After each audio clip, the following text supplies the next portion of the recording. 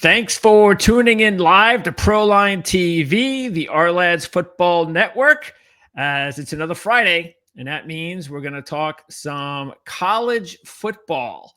That's right. I know we spoke a lot of NFL for the first couple of months of the program, but we promise you we're going to get to a lot of college football. That's exactly what we're doing over the last few weeks. We are going to talk more NFL soon as well. Mark Lawrence is going to be joining us here every Friday, as well as Jim Feist. So the three of us, all partners here on the channel, will be together starting in the next couple of weeks, all the way through to the football season. And we've got so many other cool programs here on the channel for the football season for you guys to catch up with. In the meantime, we are going to talk some college football today with our special guest, Dennis Dodd, a 27-year CBS Sports veteran who just left the network. He's on his own now. He's not retired, but he's getting the opportunity now to do interviews like this. Not that he didn't do them before, but this is definitely a great opportunity for us to speak with Dennis. And Dennis is going to give his sleepers and slippers, his top 5 sleepers and slippers for the college football season here on this program. Dennis, thanks for doing this. Nice to talk to you again. Greg, it's great to be back on the air, on the ether, on YouTube, whatever it is. Sure, right? Whatever it is. And it occurs to me we are going to play college football this month. So it snuck up on us and we're ready to go. Yeah, imagine we've got the opportunity as fans to kick off the season, not right away. I mean, the first game is nice. To be able to go over to Ireland and get a Kansas State, Iowa State matchup is nice. But to get Texas and Ohio State and Notre Dame in Miami in the same kickoff weekend or week between those programs, I don't even care what all the other games are. You can't get much better than those two matchups. No, and you kind of see why Tony Petitti, the commissioner of the Big Ten, wants extra games for his play-in for more content. I'm not saying Indiana Minnesota wouldn't be a compelling game, but it is programming. When you can arrange games like this, my old friend Gary Stoken, who runs the Peach Bowl down there in Atlanta, is just it's just going crazy because he's arranged some of these games over the years.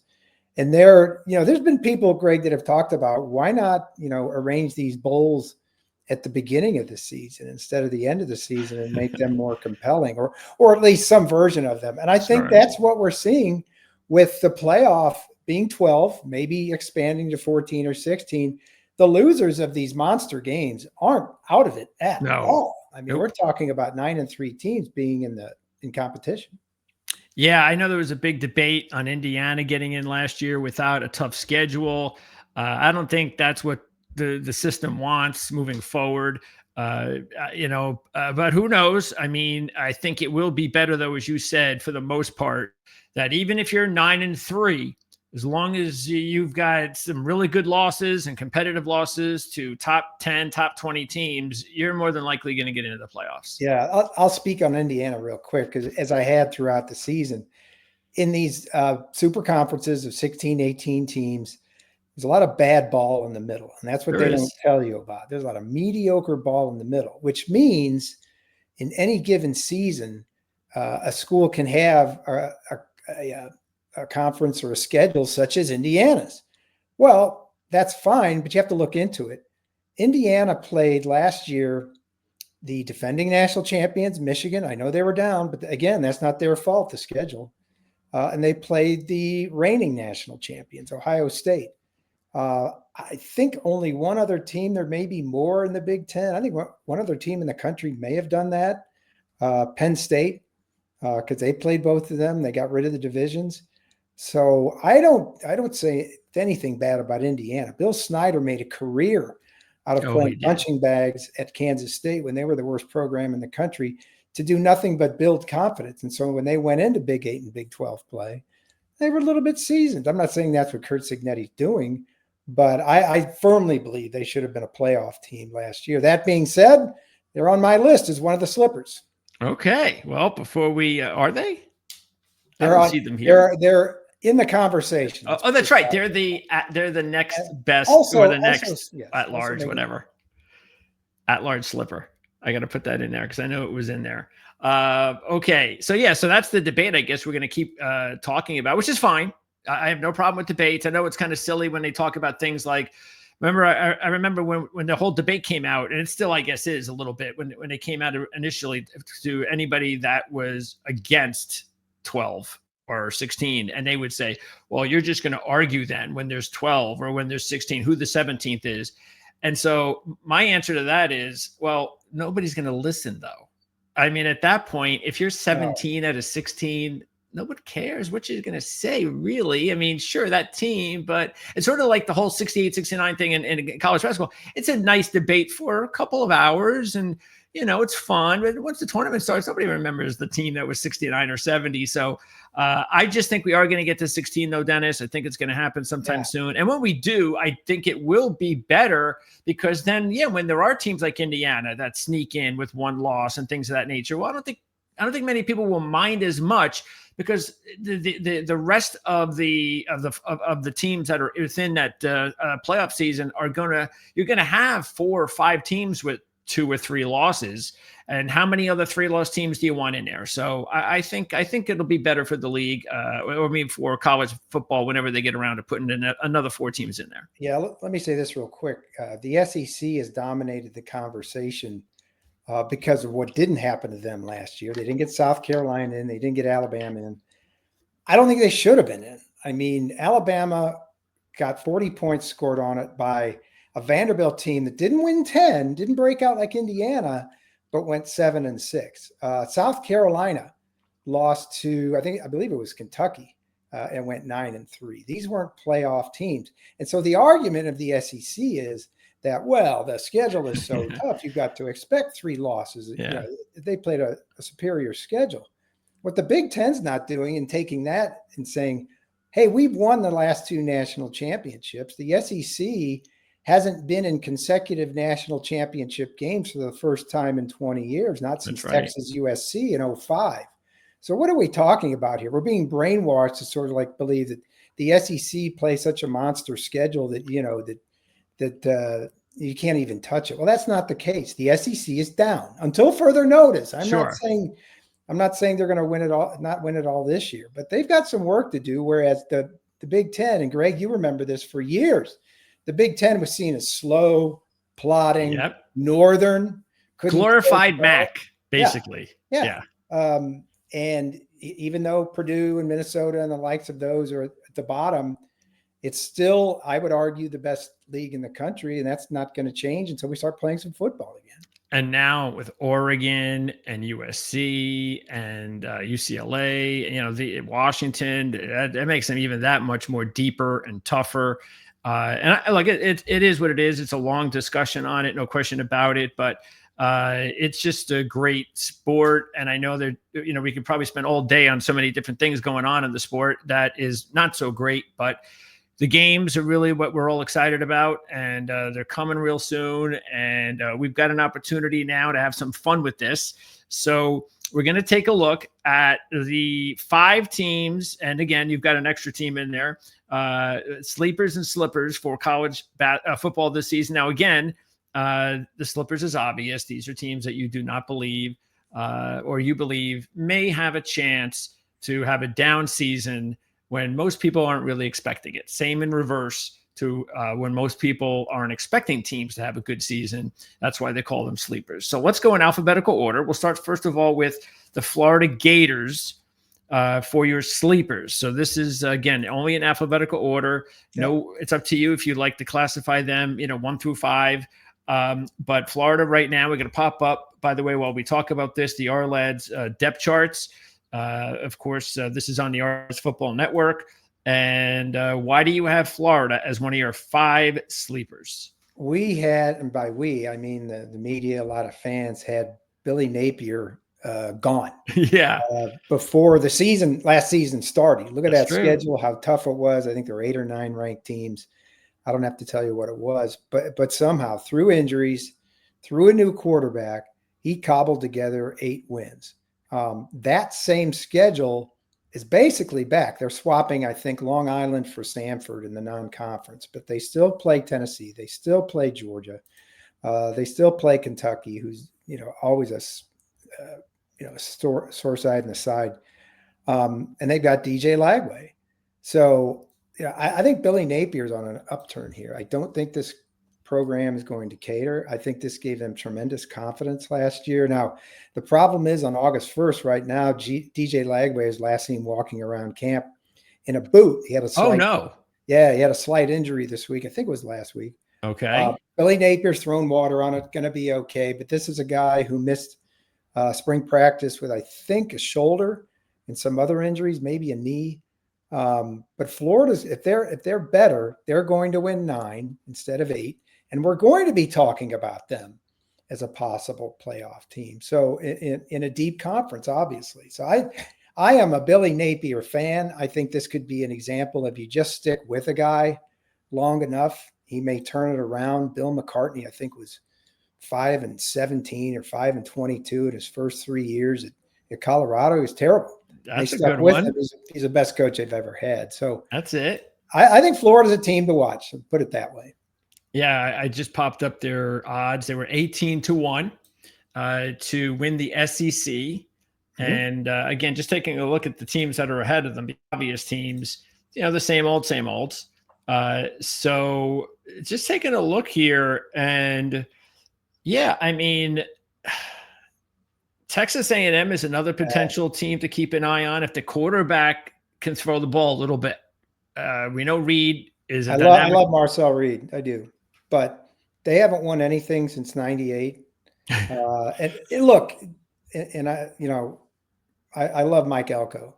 But until they do it, they haven't. Until they do it. Yeah, until they do it. Now, yes, A&M should have better odds than Florida. Absolutely. But again, the A&M is still A&M. They can't win the big one. And South Carolina is another team, as you mentioned, that some people thought could have been in the playoffs last year. They have a real nice quarterback, dynamic quarterback that is getting some interesting looks now all of a sudden, as maybe is he another Anthony Richardson type. Now, what's good is that unlike Richardson, he's back in college this year as part of his development, whereas Richardson just bolted immediately to the NFL, and we saw how that's been working out. So he gets another year, and we'll see whether or not that'll help the kid. But it's nice to see programs like South Carolina play, important football games. And then the other team that might be interesting is Auburn, because I think we're now, it's nice to see that they've got some potential quarterback play, which they haven't had there in a few years, because their offense has just been terrible lately. But I think they're going to get a bump offensively. So I think they're going to be a lot better. But, and you know what? I don't think Vanderbilt's going away either. I think they're going to have another good season. I think they're a 6-win type team. Yeah. So I think they're a bowl team again this season. That's nice to see. What did you really think last year when Vanderbilt upset Alabama? I mean, that was almost surreal. I was like, what am I watching here? Well, I have all the faith in Diego Pavia. I think he's a gunslinger, not in the sense of necessarily a strong arm, but he's got tremendous confidence in himself and what he can do with his feet and his arm. And I don't think that day Alabama was ready to play. I think they phoned it in. It wouldn't be the first time a team went to Vanderbilt and did that, but they usually win. Maybe it's closer than people thought, but on this day, Vanderbilt was ready. And as I said earlier, Vanderbilt only won 7. This wasn't a classic Vanderbilt team. No. But I think if you want to take some upside on Vandy, maybe on the win total, taking the over. Yes. I would do that, because I think Clark Lee, and what is it? It's 3rd season, 4th season, has kind of established things. And they're spending, I think, $800 million on the stadium and facilities. So they're finally going to look like an SEC program. And then, they're lucky to get Diego Pavia. He transfers because Jerry Kill left his job as a head coach at New Mexico State to be a consultant at Vanderbilt, because he had a relationship with Clark Lee, and it's worked out great. Oh yeah. But I would get on that win total. I love Vanderbilt this year. Yeah, I think their win total, we went over this last week. I believe it's 5.5. Yeah, I'd get on that. Yeah, absolutely. I was surprised by that. I was like, wait a second. You don't think Vanderbilt, who I think is clearly going to be a better team this year? I know their schedule is tough. I think that's the reason why they're looked at. Here it is. They're 5.5 here. Mm-hmm. So I think it's their schedule. They've got a tough look. It's the SEC. We know that. But But yeah, I think come on, they're not going to make a bowl this year. They'll figure it out. They'll figure out a way to get to a bowl. Okay, we'll stay in the SEC. Let's since we're already there, so I'll mix up the rules here a little bit. So let's talk about Georgia.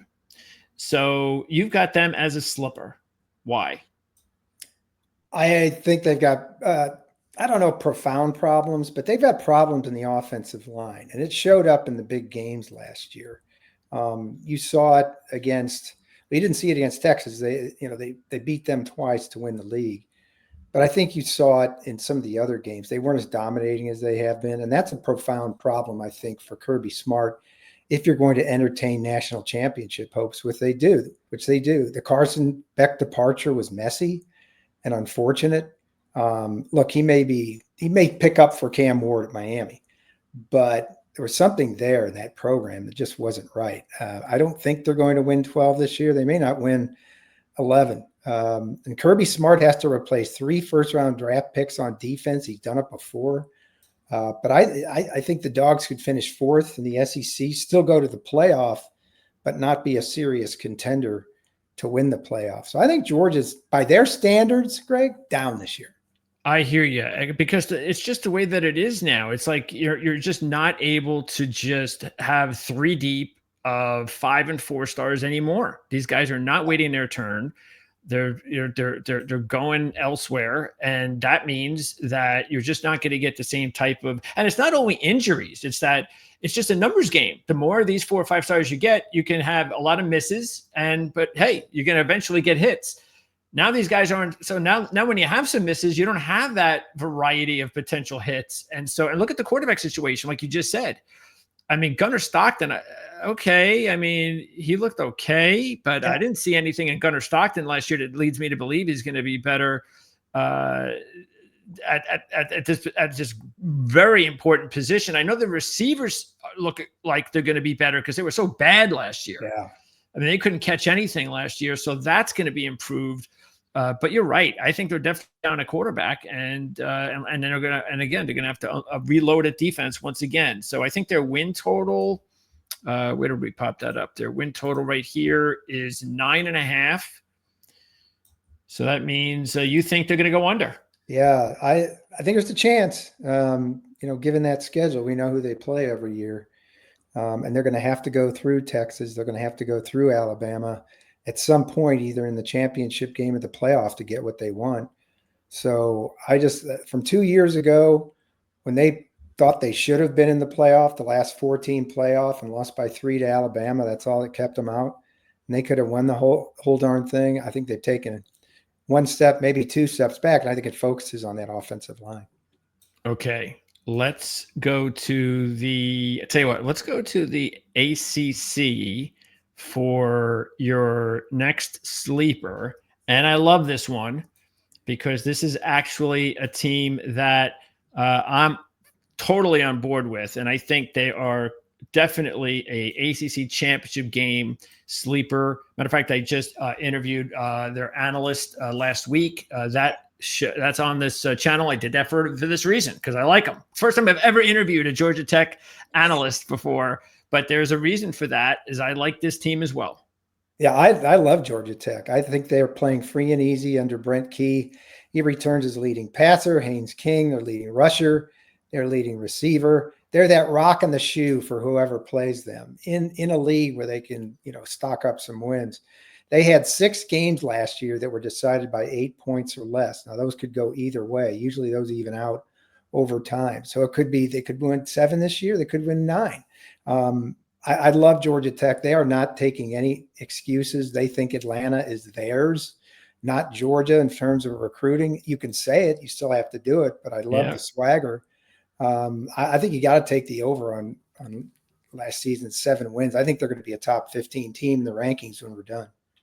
Yeah, matter of fact, I don't know what other bonuses. Usually you can get an alternate. I would actually go with the alternative line, and I'd be willing to give an extra point and say that maybe they could even get to 9 if I'm going to get better numbers there. So, but yeah, I'm with you.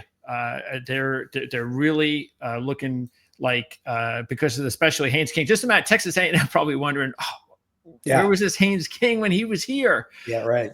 That's the good thing about the transfer portal. There's a lot of bad about it, but there's also a lot of good. And this is part of the good, is that a Haynes King, I think he was a 5-star recruit, just doesn't live up to it at Texas A&M. And you think, oh, he's done, goes to Georgia Tech.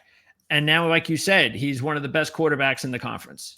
There's, you probably agree with this, there's no, patience in the NFL or college for quarterback development. I mean, Lenora Sellers was a guy who developed late. Haynes King was.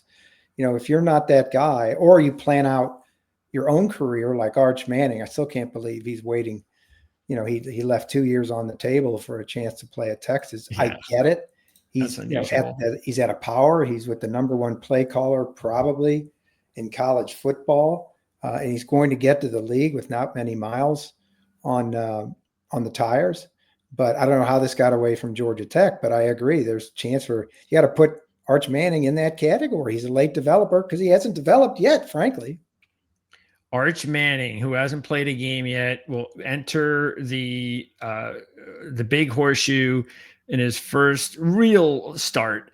I know he's made over a few starts already, but this is as a full-time starter for Texas.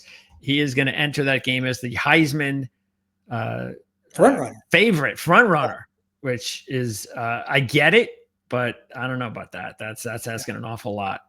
It's sort of like the debate that I'd like to have with, and I talked about this with Joe Cook, who I interviewed regarding the Texas Longhorns this season. The question of, well, if Arch Manning is that good, that he hasn't even been full-time starter yet, and he's a Heisman front runner, and everybody thinks he's gonna be a first pick in the NFL draft. He's that good, and Quinn Ewers was injured last year, and he was not playing well at times. And how in the world didn't he win that job? Was Sark being too loyal to Quinn Ewers? Was that a poor decision by the coach? I guess we'll find out this year when we see for real just how good Arch Manning is. Yeah, I think in answer to your question, I think at that point with everything on the line and the fact that Arch hadn't played that many snaps in his career, you got to go with Quinn Ewers if there's a decision. Now, I was at the Georgia game, and if you remember, Arch Manning came in late in the first half and gave him a little bump. I was surprised that he didn't start the second half. That was a 30-15 game, if you remember, when I think it was 23-0 or something at one point for Georgia. I was frankly surprised because the game was out of hand anyway. Why not let this kid develop and see if he can do something, a little spark with his legs? So I was surprised. Okay, now we're going to stay in the ACC with another sleeper. Now this one does surprise me a little bit.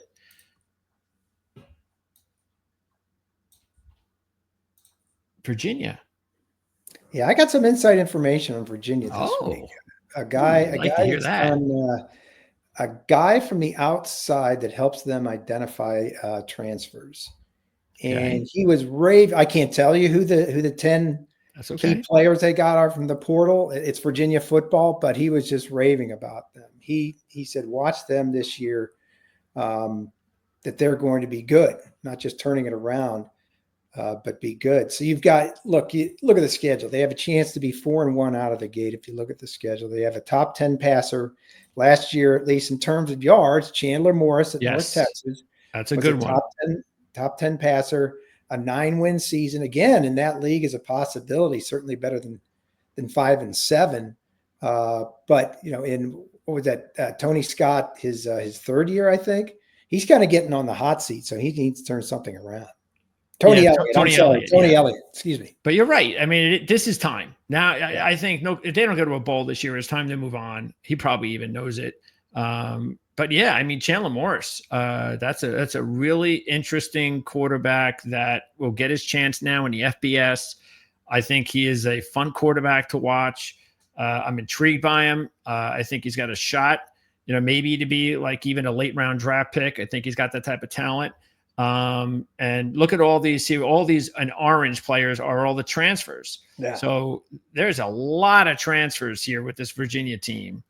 And I even know Harrison Whaley sticks out to me because he was Wyoming's leading rusher, I believe, last year or the year before. So he's a good running back, and he's third on their depth chart. So that must mean they got a pretty good backfield too. So yeah, maybe I haven't done the proper homework here, but I definitely will now to find out just how good this team maybe could be. So love the Wahoos.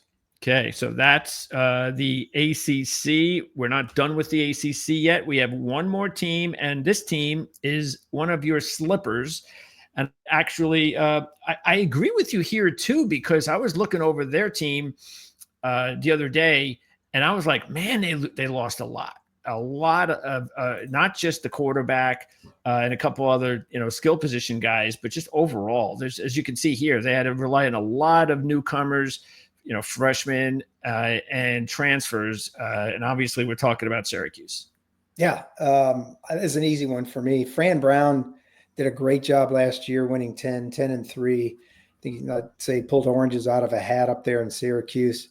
This year he loses the national passing leader, Kyle McCord, who was a total surprise, backup at Ohio State, who came up there and threw the heck out of the ball at Syracuse. And they've replaced him with Notre Dame's backup, Steve Angeli. So I think we were intrigued by Steve Angeli watching him play, in backup role last year. I don't know if he's ready to lead a program, certainly not be as impactful as Kyle McCord. Was. They've got road games at Clemson, SMU, Georgia Tech, who we talked about, Miami, and Notre Dame, plus the opener neutral site against Tennessee and Atlanta. So you're looking at 5 losses right there, potentially, but those are all on the road. That's not good. Yeah, matter of fact, when I was going over all of their positions, I noticed that they had lost, like for every position on their team, they had lost their top player. Whether it was quarterback, they lost their running back, they lost their top 3 receivers, they lost their top edge rusher, they lost their top linebacker. I mean, I'm sorry, you just at Syracuse, you just can't change that overnight. You just can't do it. This isn't Ohio State. Yeah, no, I agree. I think Syracuse is. I love Fran Brown, though. I'm not going to say anything great bad recruiter. about him. Yes. You can't criticize him after what he did, but I just think it comes down just a little bit this year. Okay. Now we're going to talk about the Big 12. So we're going to talk about one of your sleeper teams, and Mark Lawrence is high on this team as well. I think they're picked one of the top 3 overall in the Big 12 right now to start the season, and that is Texas Tech. Yeah, they've been written about and talked about so much in the offseason that it's hard to call them a sleeper. I think the expectations in Lubbock are that they should win the league after what they've done. They spent an estimated $28 million on the roster. I was told that they got their number 1 choice at every position portal player they went after. Wow. The guys they identified on their big board, they got their number 1 choice. And why wouldn't you when you're spending $28 million? So they're going all in.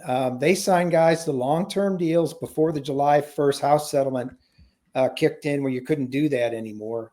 We'll see if they can keep it going. But Texas Tech is not only a sleeper, but I would think an expected favorite in the Big 12. If that doesn't happen, there's going to be a lot of pressure on, I guess, the boosters that put this together, and Joey McGuire, who's expected to put it all together. Yeah, didn't they? What is it? They had some really big deal with some 5-star recruiter or something like that. What was I heard? Offensive lineman, I believe. Yeah. One of the offensive linemen, I think, got $3 million a year or something like that, at least in his first year. That kind of set the market. That's not going to be allowed going forward in general, because you're going to have to compare that salary to others at that position. And I don't think there's anybody even close to making that money. You got to run every deal through Deloitte's clearinghouse anyway, but I don't think that one would go through. But look, that's why they're all in for this year. They're trying to make Texas Tech a national brand. Cody Campbell's their big booster. He's tight with President Trump. And you saw he had that executive order last week. Yeah. Cody Campbell's a billionaire in natural gas and oil. Really good guy, played for Mike Leach.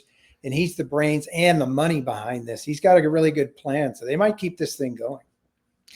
And The other thing too is what Texas Tech is. You were just saying with Texas A&M. The problem that I'm having with wondering whether or not they can do it is they haven't been in this position before. And how are they going to handle it? Are they going to be able to handle it? Those big games, the last month of the season, if they're in it as the favorite, can they handle that? That's going to be something that, I mean, look, we all hope they, as fans, why not? We want new blood and all that kind of stuff, but that's going to be kind of hard for them. So yeah, they've been in it before. Mike Leach had them as the number 2 team in the country that's in true. 2007, and then Oklahoma scored 65 on them. But they were a national phenomenon. Wake up beat Texas that one. I think that was 07 as well. They've been there before, but that was a different age. And look, typical of the Big 12. Look at the top there. You've got 4 teams, 2 at 550, 2 at 600, and then Baylor at 700. So you've got basically the top half of the top third of the league that could win. And I don't put Kansas out of it. I think with Jaden Daniel in his 6th year, they've got problems if they shore up the defense. Iowa State's always a concern. Yeah. Look, Deion has turned around Colorado. We'll see how far they get this year after winning 9 last year, but they have been turned around. They are competitive. But that's the Big 12. Anybody can win it in any given year. Yep. Even BYU, I think, is even though they lost their quarterback. I don't know without the quarterback, but you're right. Yeah, I did an interview with our BYU guy, and he actually, says really positive things about their quarterback. That's going to be there now. So, that's what it is. Is if you get good quarterback play in football, it really helps a lot of potential warts. Okay, there's one other team that we're going to talk about in the Big 12 before we exit, and that's right here, Arizona State. This is one of your slippers. Yeah, I think Arizona State fits in that category. They won the league last year, 1-11.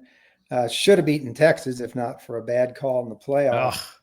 I think Kenny Dillingham is going to be the next great coach in the country. Young guy, 36, 35. He's really, really young.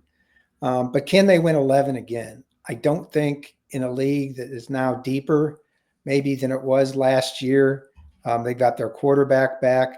The defense continued to be a problem last year. Scadaboo is gone, who was a heart and soul guy. Yeah. Meat and potatoes guy is gone. So I just don't think they can win 11. They might be able to win the league. I don't know. But this is going to be a fallback from last year where they were so good and the story was so big. Remember, Greg, they got picked last by the media in the Big 12 at number 16. That the Big 12 was so embarrassed. We don't want that to happen again. They don't do a preseason media poll. I thought that was silly. That was silly and gutless. I mean, give these kids some shine. Who are they embarrassed about? Some punks on social media? Come on. Yeah, look, Arizona State was a great story because they were picked 16. That's right. Yeah. And by the way, also let's remember Jordan Tyson was not available in those big games, and that was their best receiver by far. And so having him come back is also going to be really big. So look, I agree with you. I think this kid, I think this kid Dillingham is the real deal. And I think he's going to, if he can put this team back in the championship game this season, he's going to prove it. And he might not be at Arizona State much longer after that, but I believe it's his alma mater. It is. He was coaching there when he was in high school. He was volunteering when he was in high school. He went there, blew out his knee, became a coach. If he's successful, I dare say he'd retire there. I don't think he wants to hope be so. anywhere else. They can't, if he's successful, he can't pay him as much as others, but you're going to get a Kenny Dillingham discount because he absolutely loves the desert. Okay, now we're going to go into the Big Ten, and we're going to go to a slipper because we only have one more sleeper, and that is an FBS Group of 5 team. But before we get to that final sleeper, we've got a few more slippers, and they're all in the Big Ten. So we're going to start with the defending national champion Buckeyes, who will play those Texas Longhorns Week 1.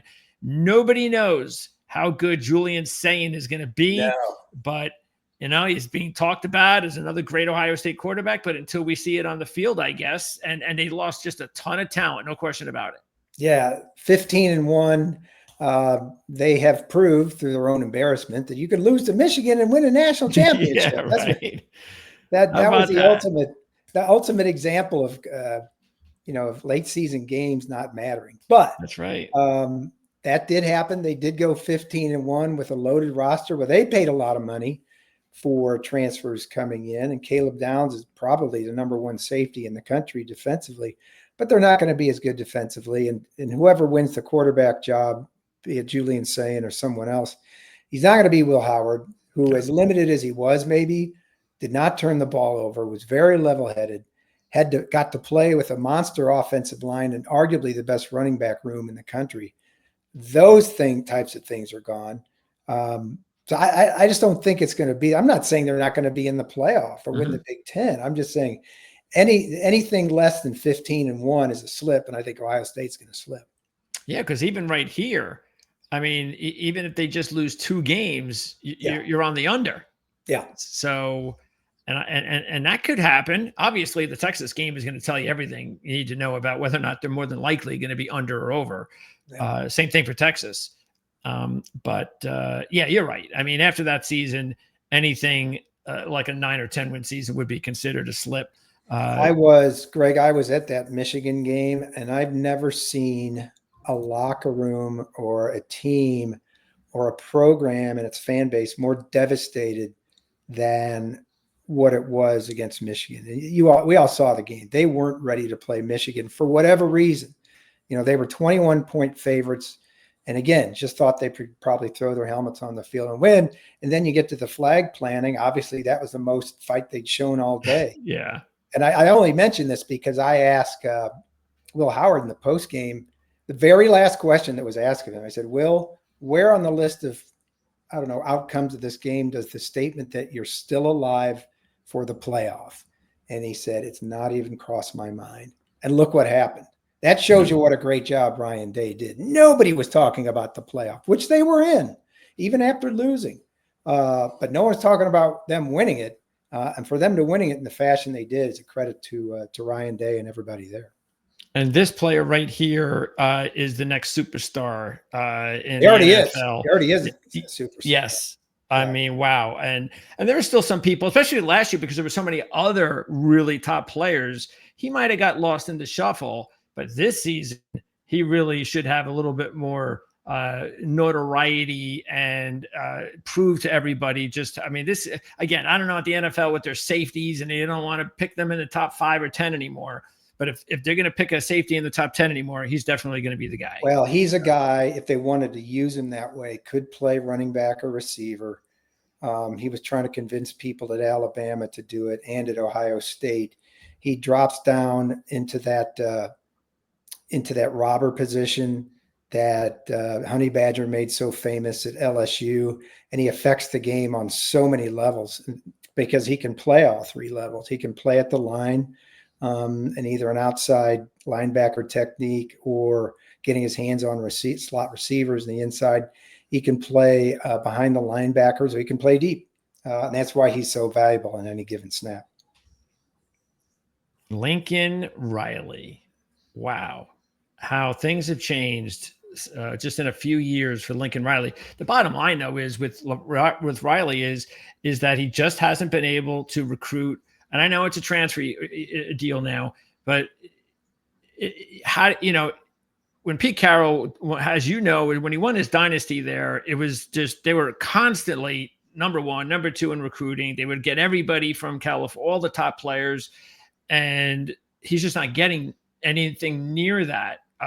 And throw in the fact that, I think this Jaden Maeva kid's okay, but is that really all you can get? Is Jaden Maeva? You're Lincoln Riley. Yeah.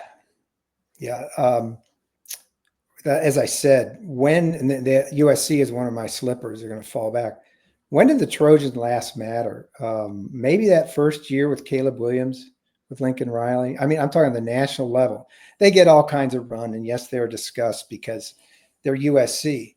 But is anybody taking USC seriously? Like they're going to be a factor in any of this? And so it just comes down to what, you got to look at what the exit strategy might be for Lincoln Riley. They're going to owe him, I don't know, hundreds of millions in back pay if they get rid of him. But things aren't going well in a league where, Washington is taking a step up. Oregon might be the best overall program behind Ohio State. Penn State is favored to win the league. Where does USC fit in there? I haven't seen any predictions, but I got to think right in the middle. And the biggest headline of the offseason was them still complaining about having to play Notre Dame. They might drop Notre Dame. What does that say to recruits? What does that say to the players on the team? Do you want to get rid of that game? That's terrible. So there's just no buzz about a team that's right in Hollywood, and is not very good right now. Well, as far as Vegas is concerned, they do have them right after the Big Four. Yeah, at 22 to 1. A big drop after Michigan. It is. Yeah. And look, they should be fine. But look, if they're going to slip, they were 6-6 last year. Yeah. So that means you're thinking they may not even hit a bowl. Yeah. So, all right. And then the other team you actually think it will slip is this one right here, the team that had that big season that we spoke about before, and that is Indiana. Yeah, Indiana's kind of my also to be mentioned. They weren't in my top 5. But again, when you win 12, you go to the playoff. You are a factor in the Big Ten. One of the biggest, improvements from one year to the next, and Kurt Signetti, and the way he did it with the swag, but mostly, he brought in players, but some of the players they had was amazing. So I don't think Indiana being Indiana, I don't think they can duplicate that. Yeah, what I'm going to be interested to see is, and I think he's going to do just fine. I think he's a good coach, but he did bring in a lot of those kids with him, those top players from that program with him. AMU.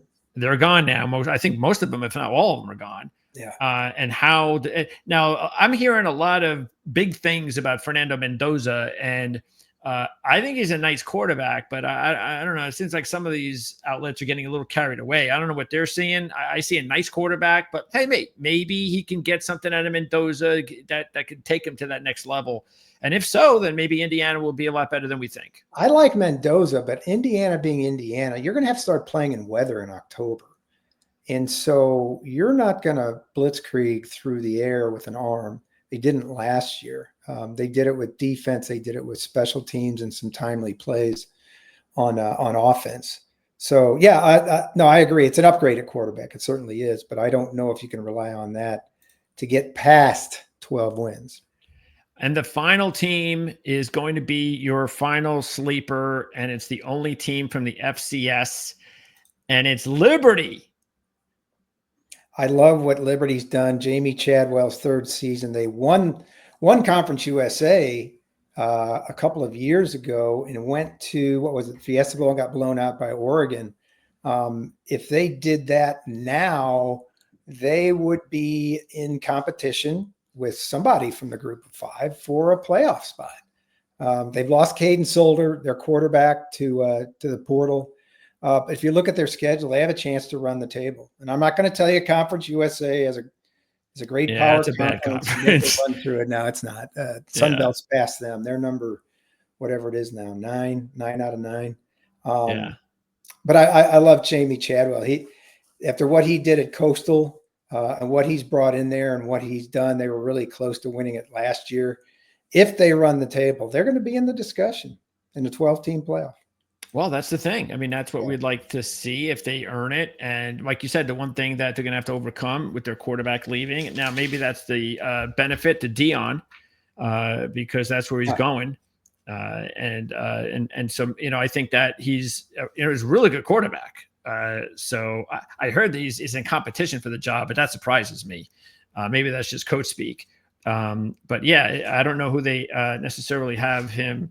This Vasco kid, actually, I know he was a nice young recruit for Coastal Carolina, I believe he played at. And I did like him, and I thought he'd be interesting. I don't think he really did much last year, so maybe this is a good opportunity for him at Liberty. Maybe he'll, maybe he's the right guy. But you would think there'd be a big drop off there. But we'll see. You'd think. Okay, so there you go. That is Dennis Dodd, Sleepers and Slippers for the 2025 season. And I really appreciate you taking your time out, Dennis, to joining us here. Hopefully we get an opportunity to do this a lot more. And what are you up to? What's next for Dennis Dodd? Working on some special projects, doing some video, Relaxing a lot. Not in my current pace that I was before, but staying current on the game. Absolutely. Excellent. Well, again, thanks for doing this, Dennis, and have a great season. And hopefully we'll talk to you again real soon. Thanks, Greg. You got it. Thanks, Dennis.